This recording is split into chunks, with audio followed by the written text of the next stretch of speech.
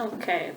So, have you ever had to give someone time out or been given time out? Yes, to both of those. Both of those, right. Have you noticed that sometimes it doesn't always work? I have. Yes. Do you have any clues as to why it doesn't work? Because children are rebellious. Children are rebellious, yes. And there's a form of timeout that can be used in a more empirically supported way. And so I'm going to roll through that with you right now. There are 9 steps. Yes, 9 steps. And I'm going to explain that to you. And then we're going to ask any questions and go through a scenario together, okay? Okay. So when a parent gives a direction, pick up your toys, for example. And of course, young children, most of the time, do not comply the first time. There should only be 2 possible consequences. Either the child complies with the command and, receives thank you, a praise, whatever, or there is a timeout session. The following steps include this whole process. So you state your direction and you give the child about 5 to 10 seconds to comply or not, giving them a moment to prepare in their head what you said and to also make that connection to start doing something else, because children don't always automatically stop one thing and start another. That's kind of hard for them to learn right away. Yeah. If the child does not obey or explicitly right away before those 10 seconds are up are saying no, they're not going to do it, then you're going to have a firm but not very angry posture or voice, and you're going to say something like, if you don't do this, if you don't pick up your toys, you will have to go to timeout, or you will have to sit in that chair in your room or in the corner. It's nice to avoid the term timeout since it has such negative connotations that it doesn't always work or kids take advantage of it. So you can always just say you're going to have to take a break. You're going to have to go over here for a bit. Gotcha. You count backwards from 5 or 10 again, giving them time to decide once again. You set it once, the direction, and then you kind of give them a warning. You do this or you go to timeout. And when they don't comply, because most of the time they don't, you will have to put them in timeout, or they will go on their own. But sometimes it does take you having to guide them to the chair or to the spot that they have to go to. So you can always say, you chose to do this. You didn't choose to follow the command you were given, so we're going to take a break. We're going to take ourselves out of the situation and take a break. They don't get to have any stimulation, no attention, so no TV, no music, no one to talk to. And many times the student or the child will start to talk to the parent or try and argue or whine or cry. The parent should just leave the vicinity. Timeout is spent alone, or at least you could stand in the doorway so where you can still make sure that they're sitting there properly, but you're not feeding them any attention. You can look at your phone or pretend to look at your phone, for example. Now, how long does timeout last?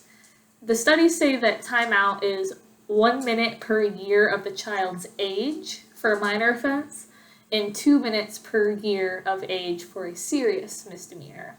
So a kid that's maybe 5 and doesn't pick up his toys off the ground would have 5 minutes to chill, to sit. But then after that, we have to make sure that the kid doesn't escape the task that was given, because that's a lot of times where people go wrong. They have their time out and they think it's okay to just move on with life, and that's not the case, right? So this 5 minutes starts whenever the kid is seated, is quiet, and is not just acting out. Whenever the behavior is appropriate, that's when the timer starts. It's best just to use your phone. 5 minutes, and you say nothing to them. As much as they try and argue or push your buttons, you just ignore them. And once that is up, then he will have to correct his behavior, or she. Girls get little breaks too. So they have to follow the original command. After that 5 minutes, say, okay, this is why we had to sit here. That probably wasn't fun, was it? Let's go put away your toys and do something else. And if they're still arguing, if they're still getting defensive, if they're still throwing a fit, 5 more minutes. No attention, no nothing. And most of the time, kids are just dying for attention. A lot of times they are. And so this is not going to be very fun for them to sit there and do nothing for 5 minutes again. So you would set the timer again until they would comply. And if they do not comply after 2-3 times, then that is up to the parent what they should do. Usually it will kick in because they understand that they're not going to escape it and that it has to be done. But it depends on the child. Do you have any questions? Nope. Gotcha. I don't. Excellent. Thank you. So let's do another example. Let's say you asked a 10-year-old. Let's say 9. I feel like 9 is better. You asked a 9-year-old to, to put his tablet away. Put his tablet away. And they straight up ignore you. What would we start with, according to this process? What would you start with? So you asked them. Well, first. It's fine, got to be in the video. Sorry, I'm camera shy. Whatever. So first, I would tell them to do it again, and then I would count down from 5. Giving them time to respond. That's good. Right. And what if they said, no, 5 more minutes? That's a typical one. 5 more minutes. Yeah, I would give them 1 warning. And it would be great if they listened after that first warning and you could just shut off the tablet, put it away. But what if you're really trying to work with a student on... What if you're really trying to work with this student on really listening the first time and putting it away themselves? You don't want to have to take it from them every time. And they said no, that they weren't going to put it away.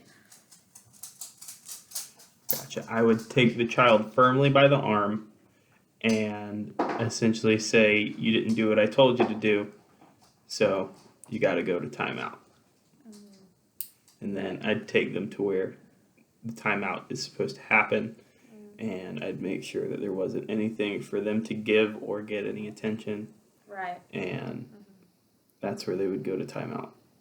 That makes sense. And what would you use to determine the duration of timeout? Would you use your phone? Do you have a kitchen timer? I'm assuming you'll just use your phone. I would, probably just use my phone. Yeah. And we said that the child was 9. So how long would they have to sit there without any stimuli? 9 minutes. That's right. And if they suddenly decide that they want to do it and they're fine with it and they'll go plug it up and put it away themselves, awesome. They still have to sit the rest of the time, but they know that they're going to do it right after, which is great. That's the main goal, is getting them to follow the directions and not disobey. Yeah. So hopefully that doesn't have to be repeated. Any positive behavior after that can be reinforced. Thank you. That's what you were supposed to do. That's what we're going to do next time, right? That's great. And that is the empirically supported way to give the child a break whenever they are misbehaving, to try and get them to calm down, to listen better instead of just doing what they're doing because they're fixated on it, and follow along.